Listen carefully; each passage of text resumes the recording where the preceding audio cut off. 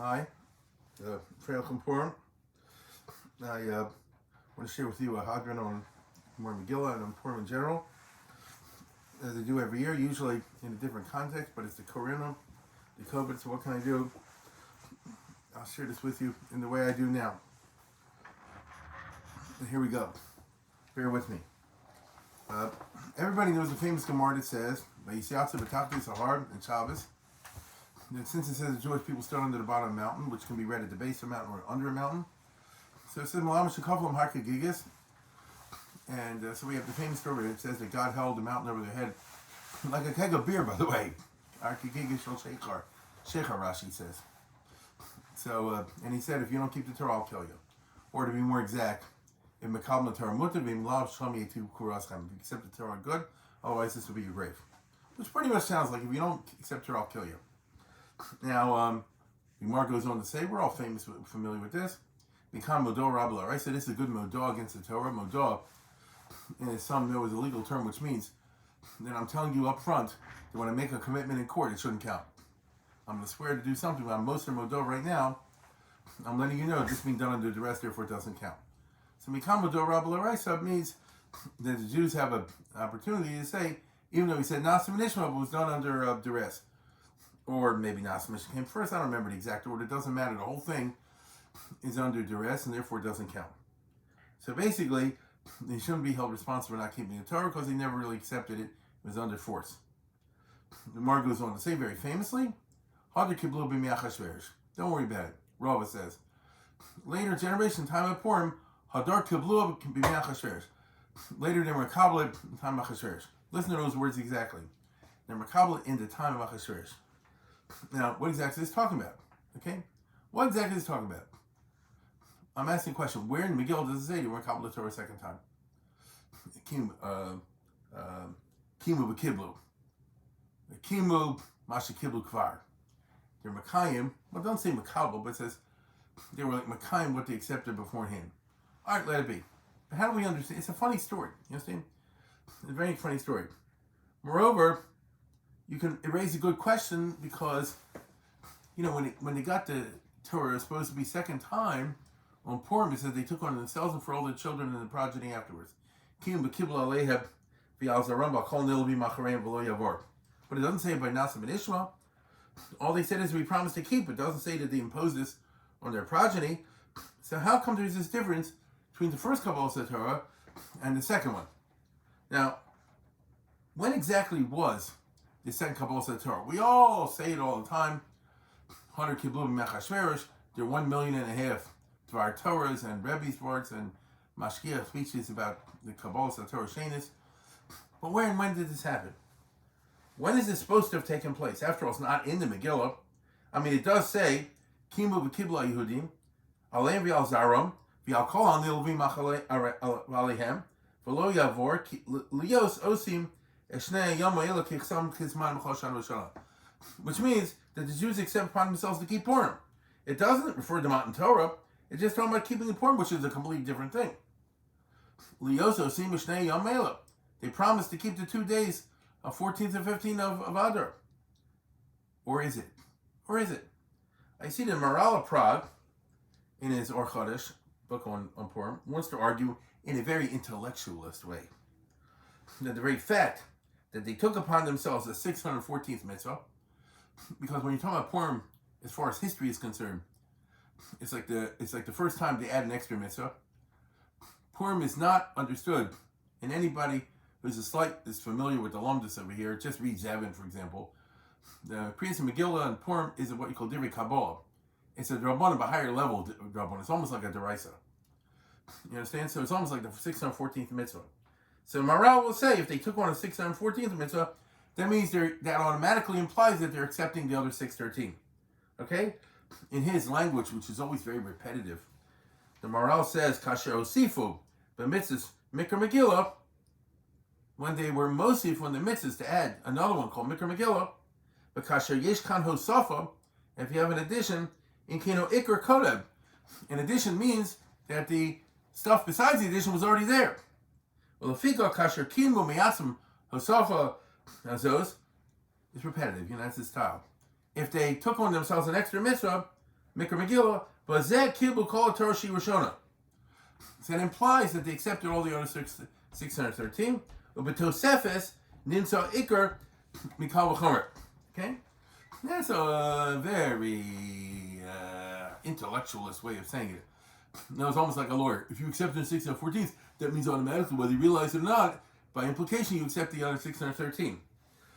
I don't like that shot because it assigns to the entire Jewish people across 127 provinces, Gam Talmidei Chachamim and Gam Amaratzim, a very intellectual, subtle mindset, the Maral does, that by accepting Purim and Mikra Megillah, we're implicitly accepting Kol Torah Kula, including all the rules and regulations that until now we've been tithing for hundreds of years that we found forced and burdensome. No, I can think of many Jews, and so can you, who would say, Purim, I accept. Purim is fun. One day a year anyway. By contrast, Shabbos, Kashrus, Taras Mishpacha, and so forth, they're there all year long. They're a bummer. We don't accept them. So, I mean, the Maharal is smarter than me, but it doesn't sync well with me. Now, I do want to point out that this historical construction of the Maharal, because he's giving you a narrative, he's telling you the moment, in his opinion, in his reading, when Hadran Kiblu B'Mechashesh, at the point that they accepted Leo Sosim Shnei Yom Ma'ela. Okay? It does concede, therefore, the Maharal, that there was no actual formal Kabbalah HaTorah in the sense of the Jewish people holding a convention and formally adopting the Torah. I mean, how could it be? They were scattered on 127 provinces.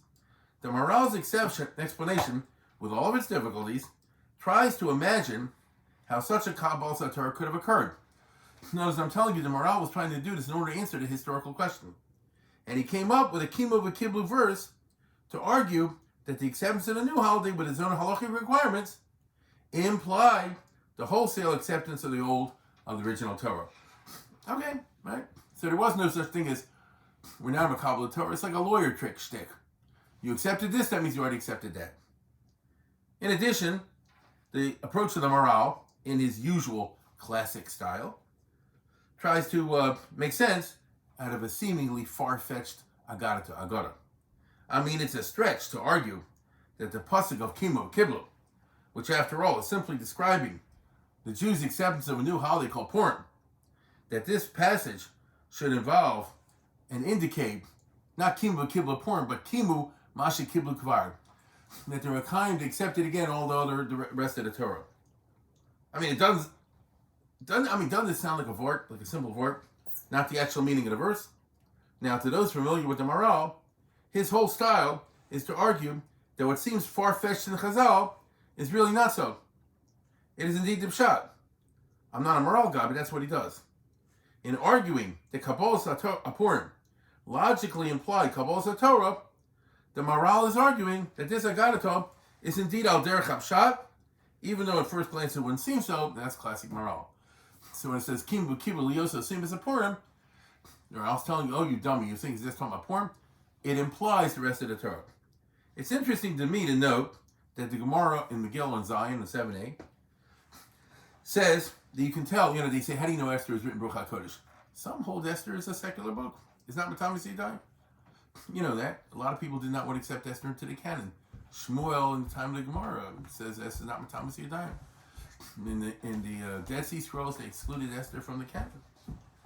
So the Gemara says you can tell Esther is written by Baruch HaKodesh from a number of different facts. One of them is, it says Kimu V'Kiblu, which means Kiblu L'mayla, Mashi Kiblu L'mata. That in heaven, they're Makayim, what they're Makabel downstairs. Now, by the way, that's far-fetched Agadah. You can't prove Esther Baruch HaKodesh Nemra from that. Well, yes, you can. If the Chazal tell you that's the meaning of it, so they're going with that. Now, why did they bring the pasuk Kim Mashi Kiblu Kvar? They say Kimu L'mayla, Mashi Kiblu L'mata. But what about the other Kimu interpretation? Kimu Mashi Kiblu Kvar, which means they're Makabel Torah again, Baratzam. The Gemara says, L'kulu islu pircha, Levar mikimu l'mayla, Mashi Kiblu L'mata. Right? The Gemara says that you can upschlag if you want. You can disprove each of these proof texts that Esther was said Baruch HaKodesh from one argument or another. I remember saying, I guess, how do you know Esther was loved by everybody? He answered, well, since she was silent, they all thought she's from their nation. The Irish said she looks like an Irish girl. The Spanish says she looked at a Spanish girl and so forth. It's a svara. But the Gemara doesn't say, Kimu Mashi Kiblu Kvar. Why not? I'll prove to you, as they're written in Ruach HaKodesh, because it says, Kimu Mashi Kiblu, they were makabel, the Torah, Baratzon. I mean, that's a mystical statement. How do you know that? To me, this means that it wasn't. Kimu Mashi Kiblu Kvar was verifiable. The Gemara suggests itself. Dilmu Priskidi Shadr. It was possible to send messengers in those days, teaching every Jewish community in the empire, if you care to, and find out whether they're makabel the Torah or not. Right? It's possible. Now, realistically, it'd be a challenge. I know exactly how they could have done it, granted to all Jews in the empire, but it's, kind of possible. So why does it say that this is not the proof text? But if you say the reference is to the adoption of Purim in the way the Maral says it, that by accepting a Mגילה, that automatically implies the other way around, that's verifiable, because we do know that all the Jews started keeping Purim. You can go around to the Jewish communities and see that. Derech Agav, I think that this logistical problem led Rabbi Yonasan Eibshitz to say, Kimu L'mayla, Mashi Kiblu L'mata, is part and parcel of Kimu Mashi Kiblu Kvar. In other words, now this is Yonasan Eibshitz now, in his spiritualized construction of the Purim narrative, and this is, by the way, I'm not a fan of Maral, I am a fan of Eibshitz. So, he has a certain style, and he always looks for like the ruchniistic approach. And he says like this, the koyach of Esau derived from the schar of the kibbut of aim Esau always displayed for his father Yitzchak. We all know that Esau outdid everybody else. It says he would only serve him wearing a tuxedo and so forth. And so Esau did a lot of kibbut of aim. Haman is a descendant of Esau, is that true? Esau is the grandfather of Amalek, and therefore Haman is the descendant of Esau. But this kibbut of aim, of course, while impressive externally, was superficial. It was opportunistic. In reality, Esau did not love and admire his father. I mean, his whole career testified that. Let's put it this way. He did not model his career on that of Yitzchak. But whatever his inner thoughts were, whatever were the thoughts of his heart, it is nevertheless true that in physical practice, Esau certainly did honor his father, or as we put in Lashon Kodesh, with Esau, the kibbut aim was bepeh abalo belev. Now, in the case of Klal Yisrael and Har Sinai, Shas Matan Torah is the same thing. When they said Nasa v'Nishma, they didn't mean it. The Tosefta, not a Medrash, Tosefta, Baba Kama, a very famous one, says in 9th parak, Kishahoy Yisrael Amdim L'fnei Har Sinai, Tosefta says, when the Jewish people were about to say Nasa v'Nishma, Bikshu Lignov Das Al Yonam, they tried to lie to God, Genevas Das. They pretended to say, with their words, that they were accepting the Torah, but really they weren't. She'en Emar, Kol Asher Dib Hashem Nasa v'Nishma. And it was a lie. Kavyachol Nignav Lahem. And God played along, because it metain Levavav, and so on and so forth.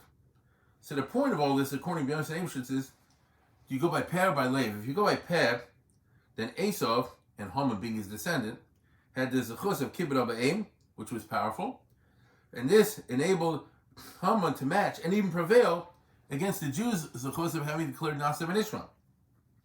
However, when the Jews accepted the Torah b'libam mamish at the time of Purim, the Jews then trumped Haman, because Esau never really honored his father b'libo, and Mordechai, says Yonasan Eibshitz, the author of the Megillah, was able to perceive this.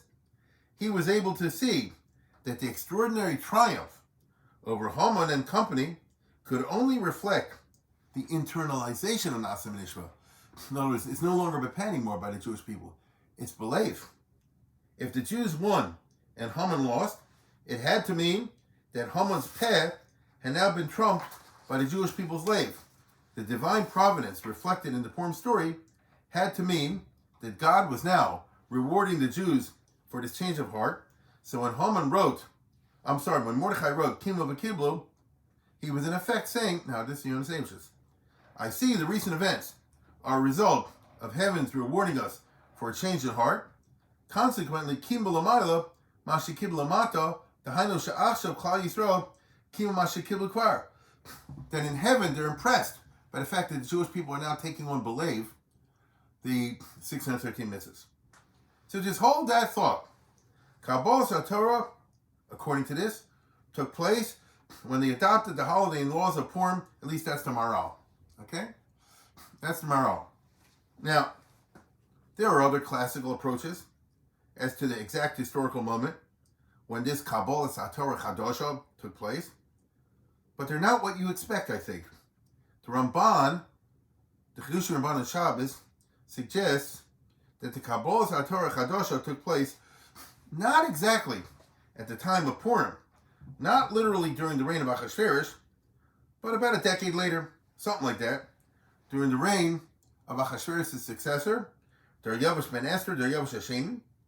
According to Ramban, when Ezra, this is the new king now, Achashverosh is dead, this next guy, when Ezra came to Jerusalem, one of the things he led the people in doing was accepting the Torah. That's when the Kabbalas HaTorah took place, according to Ramban.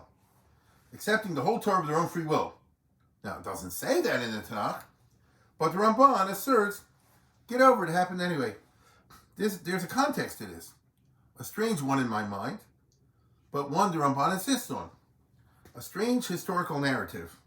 According to Ramban, now listen closely, when the Jews originally said, Na'aseh v'nishma, what they meant was as follows.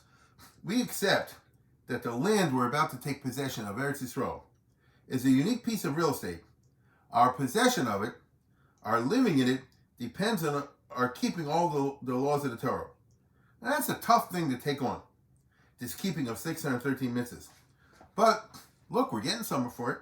We're getting an entire country in return. So it is a deal we're willing to commit to, like a good business proposition. On the other hand, we're saying right now, if we ever lose this land for whatever reason, if we go into exile, the deal is off. Okay? We're not so committed to the 613 mitzvahs that we're prepared to commit to keeping them even in exile. You understand? This is the meaning of Modor Rabba L'Oraisa, that God saw, according to Ramban, that when the people said Na'aseh v'nishma, they meant Na'aseh v'nishma if the real estate deal goes through. But if the real estate deal goes bad and we lose Israel, then not Na'aseh v'nishma. Whereupon he held a mountain over the head and said, you better keep this even when you go into exile.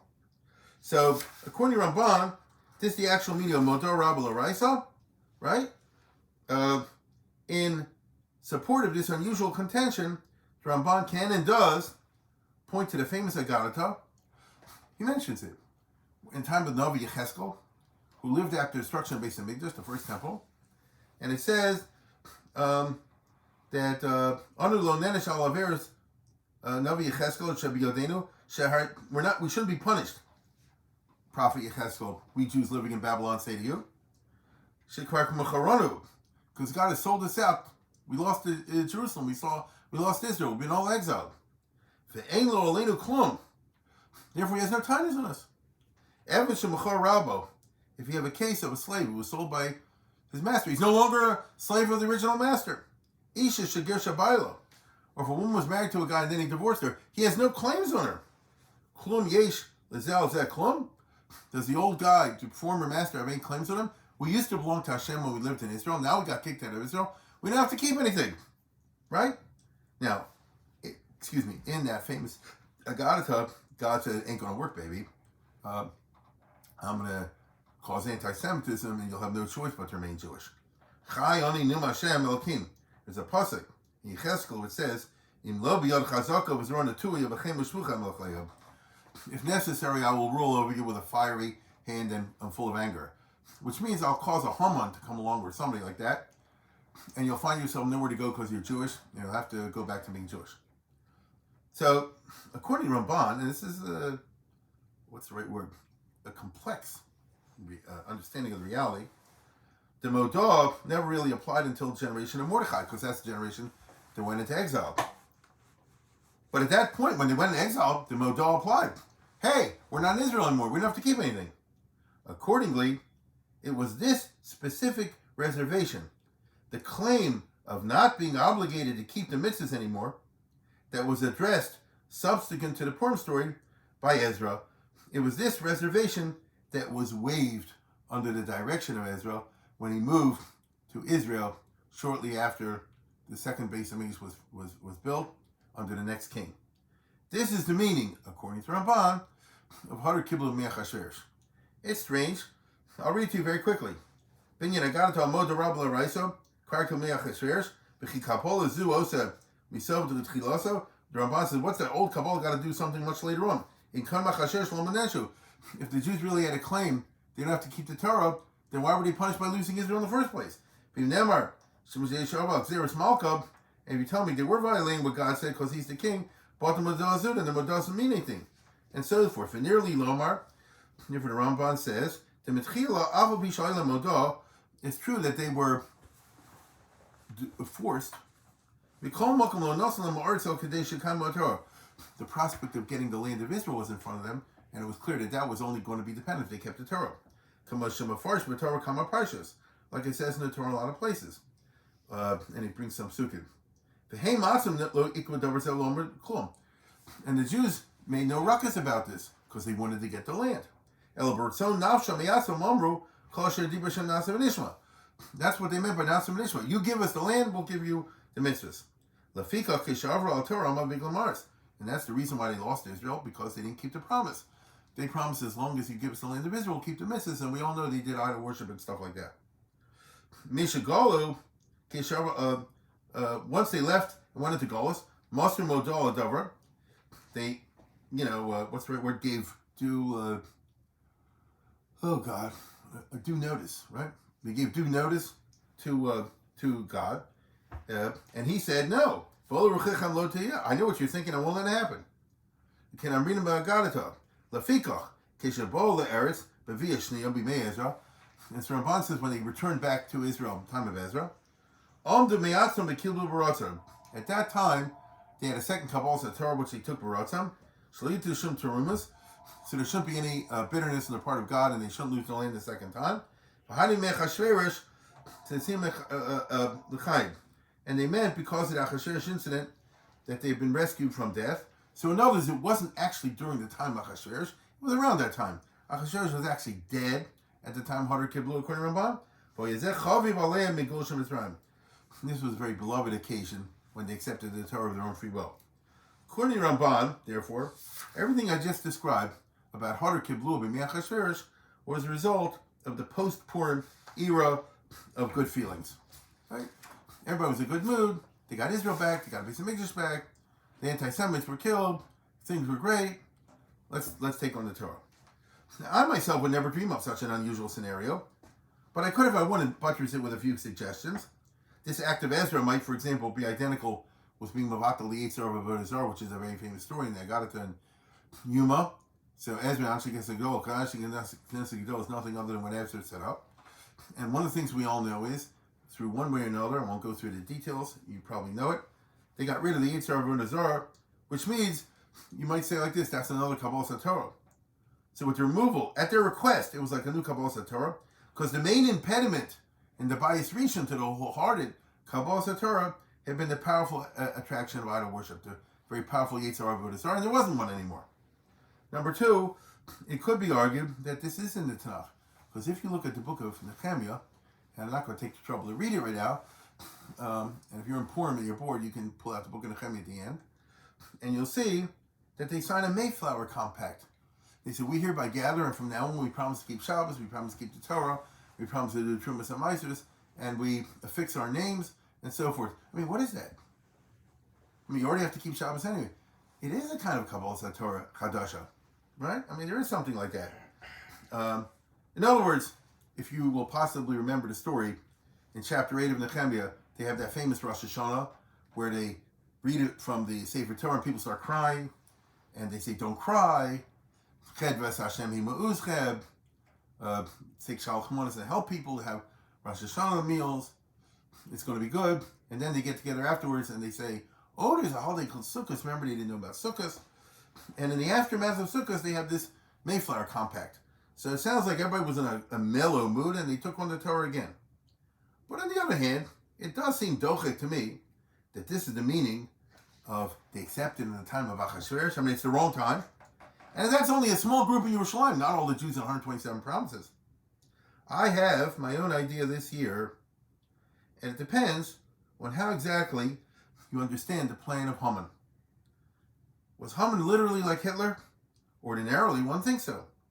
However, in reality, Hitler was a product of modernity with its particular ideas of race. We all know this. Hitler defined someone Jewish that they have a certain amount of blood in them, a certain amount of genetics. Okay? He defined Jews in racialist terms. So it didn't matter, as we all know. Even if you were a Jew who converted, he still got killed anyway. Thus, for Hitler, anyone with Jewish blood, unless the Jewish blood was batal b'shishim, even the Nazis had something like if you had only one Jewish great-grandparents, it doesn't count. Everybody else is to be exterminated. Now, I agree. Admittedly, the language in the Megillah, Lahashmi, La'arug, La'abes, Kol Yehudim, Minarvi, Atzokin, Taf V'noshim B'yom Echad, does sound Hitlerian.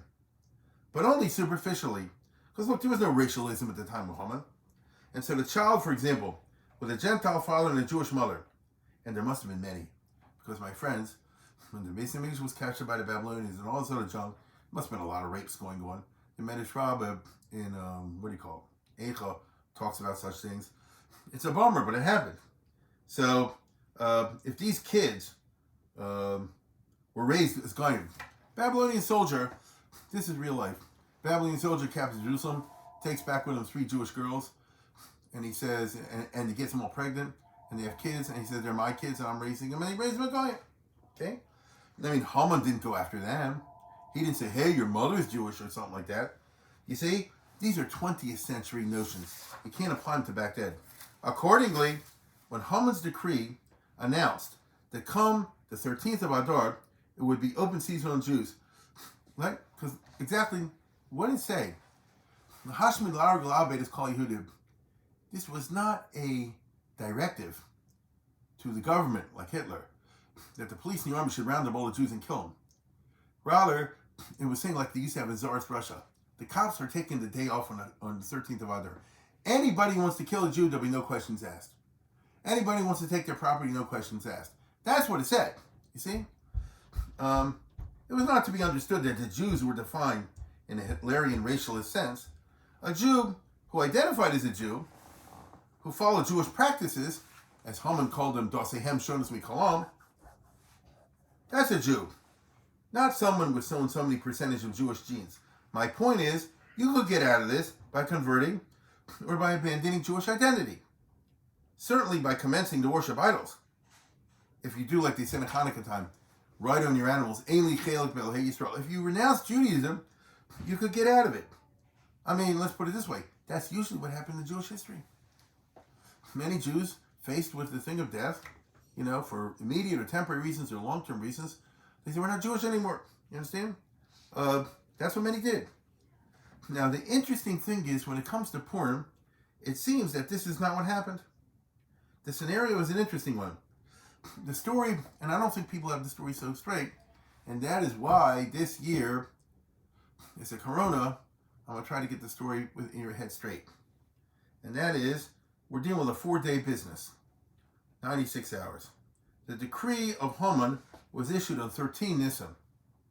The 3-day fast took place on 14, 15, and 16 Nisan. This is Rashi. Rashi said, B'yud Gimel Nisan in the Megillah, in the Gemara Megillah. Nichtu Ebros, B'nit Nadas B'Shushan, and Yudal Chamishas Shishas His Anu, that's when they fasted. She was in the Haman B'Erev. So, to use our terminology, the decree was issued the day before B'digas Chametz. And then, Esther found out and all this, and they fasted on Erev Pesach, and on the first day of Pesach, and on the second day of Pesach. And Esther went to the king and made the first party on what you and I would call the first day of Yontif, and she made the second party, a drinking party, on the second day of Yontif. And on that second day of Yontif, Haman was killed. Okay? So, it was a 96-hour scare. You follow? The decree was issued to kill everybody. Now, 96 hours later, he's dead. And Mordechai is the prime minister. Now, how did the Jews spend, in Shushan anyway, those 96 hours? Well, in prayer and fasting. Sak foi for Yutzal Rabbi. Not in any frantic attempts to convert, or escape, or try to curry favor with their Goshen neighbors. Now, the logistics of the Purim story are strange, due to the lack of modern communications. I'll give you an example. Say Damascus. But for argument's sake, let's say Damascus was 6 days away by Shushan by Pony Express rider. Horotzim, Basusim, Rochbei Rechesh, Achstranim, Bnei Ramachim. That's the Pony Express riders.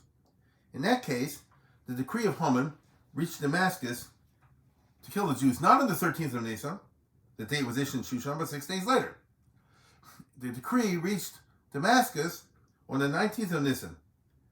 At this point, the Jews in Damascus went into fear and panic, unaware that Haman was already dead and Mordechai was the prime minister because of the time gap. It's strange. You understand? Most of the Jews freaked out and had 96 hours of terror when, objectively speaking, Mordechai was already in. Now, in the case of the Jews of Shushan, we know what happened. The Megillah says they spent the 96 hours sakvay for Yisrael, davening and fasting. So we know the Shushan Jews responded to the crisis by embracing their Judaism and not seeking to abandon it. But what about the Jews of Damascus, or Afghanistan, or Egypt, or anywhere else? How did they react? The Megillah does not say. Again, within 4 days, the news reached wherever that Haman was dead and Mordechai was the prime minister. Say you're talking about India, Hodebat Kush, and let's say a month later comes the decree of Haman. So the Jews in India freak out, but 4 days after that comes the next decree. Guess what? Haman's dead and Mordechai's in charge. 5 days, whatever. With this insight, I want to explain a strange part of the story. As we know, although Haman was hanged and Mordechai promoted, the Jews were not yet out of danger.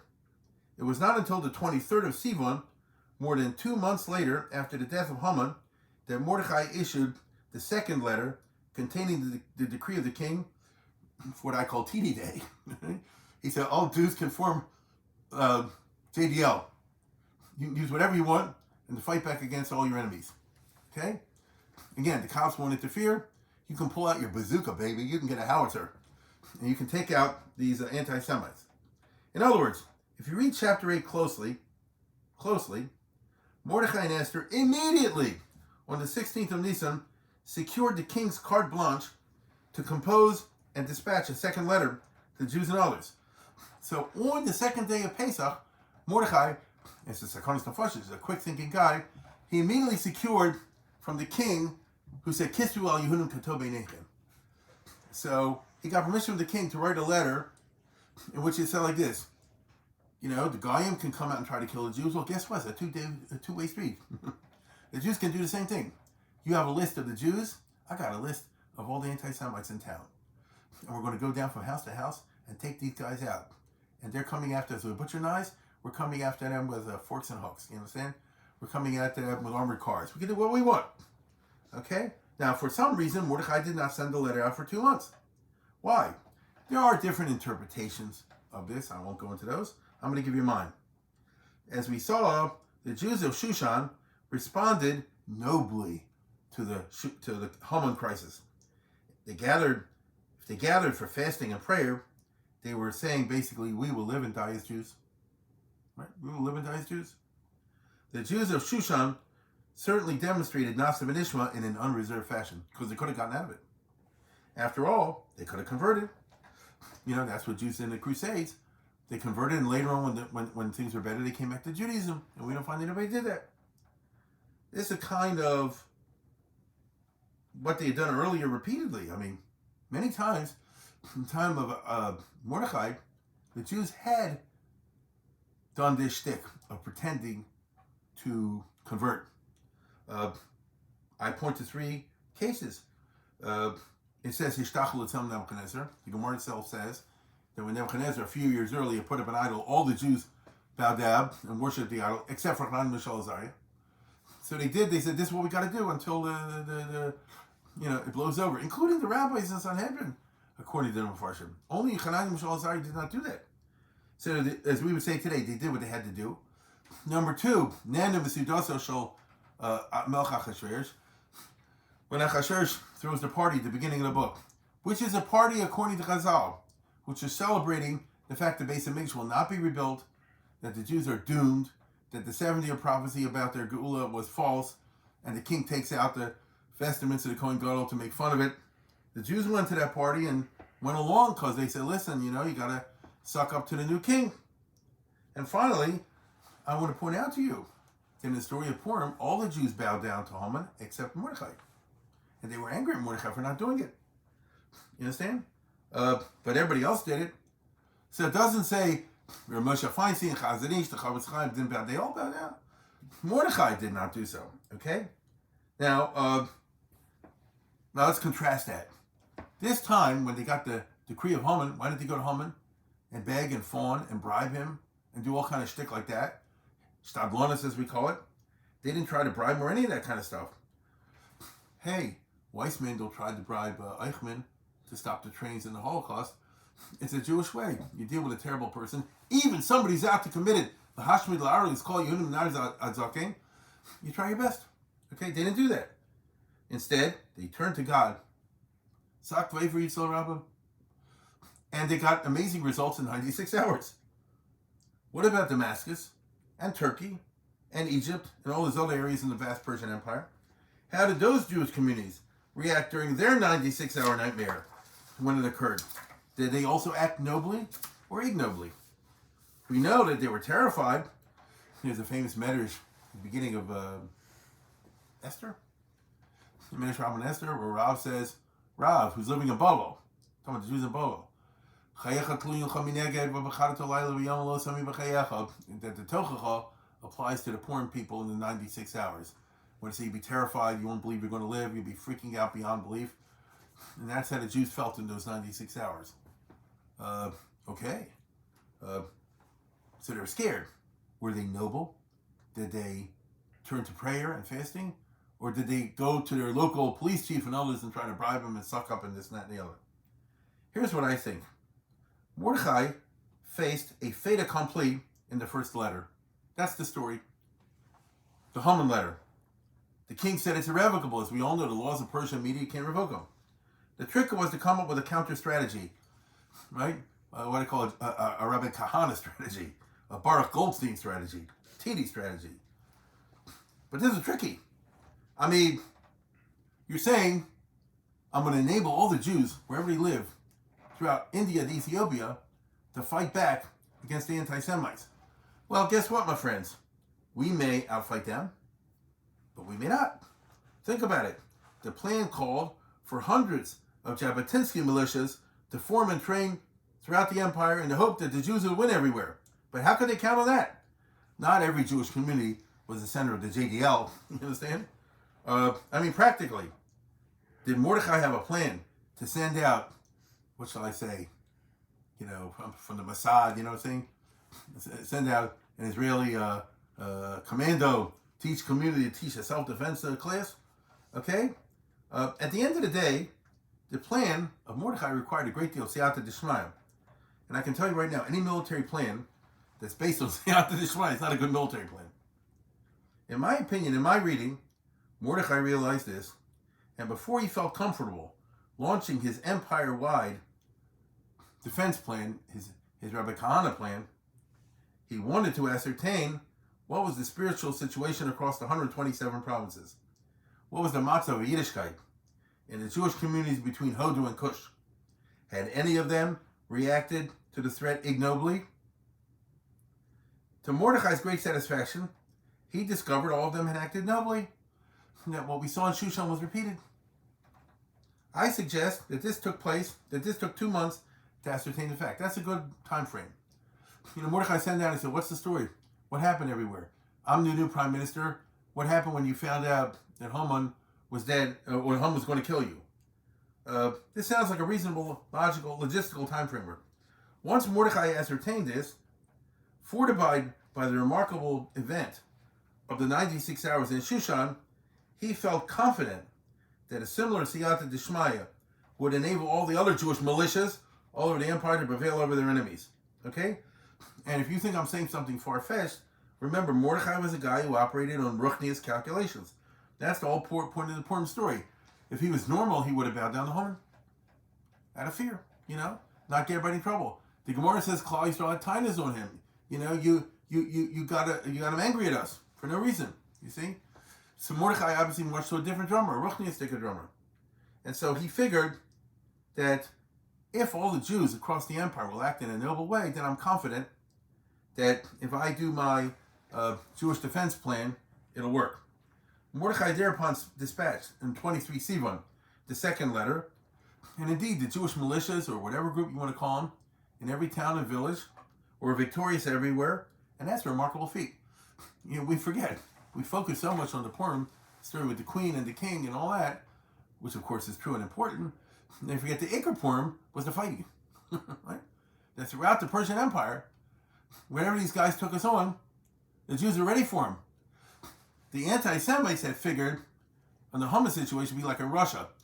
The Goyim can use weapons, the Jews won't use weapons. This happened, like, for example, in Palestine under the British. The Arabs could use guns against the Jews. Whenever the Jews pull out a gun, they confiscated the gun. But now, under the second letter of Mordechai, this Jew could pull out a 75, you know what I'm saying? He could pull a BAR, okay? A bazooka. If that's the case, then that levels the playing field, and you're coming after us? No, we're coming after you too. We're coming after you too. And so a lot of these anti-Semites are big bullies, and when they faced a fierce enemy, they folded. That's the interesting story.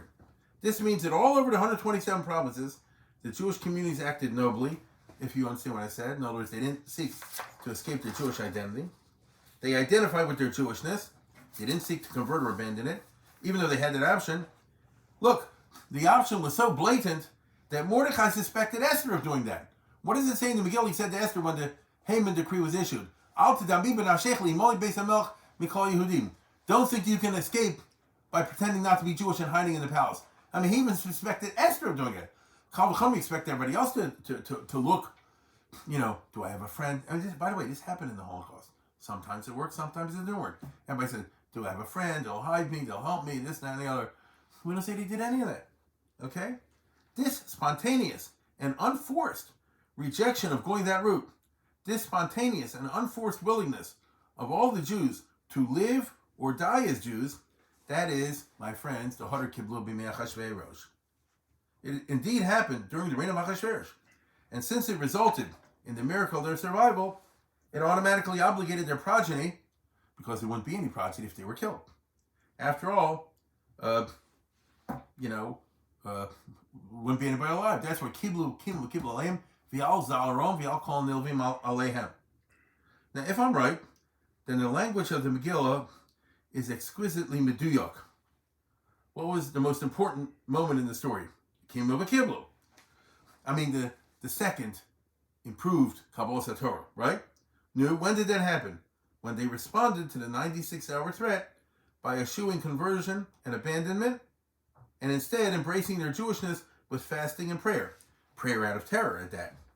So that was the main part of the story. And denouement, the fall of Haman, was merely a result of that.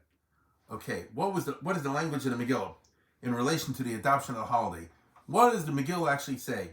Vayishlach svarim es kol Yehudim el shav esmei medina malchus hachashverosh tirishal memes.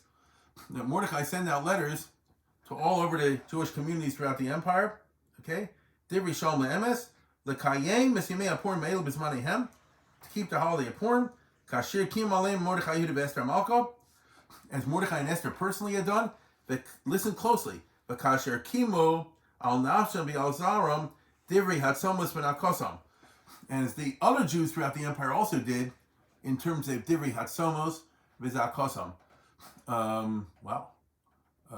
All over the empire, there was fasting and davening. So it says that the key point of the story was when the Jews did what I just described. The key element was they were Makayim Divrei Tzomos V'Nakosam. That's the key moment. It doesn't say, to be kind to holiday of Purim because we wiped out those sons of guns and we took down all these 75,000 anti-Semites. Doesn't say that. Kasher Kim Aleim Divrei Tzomos V'Nakosam.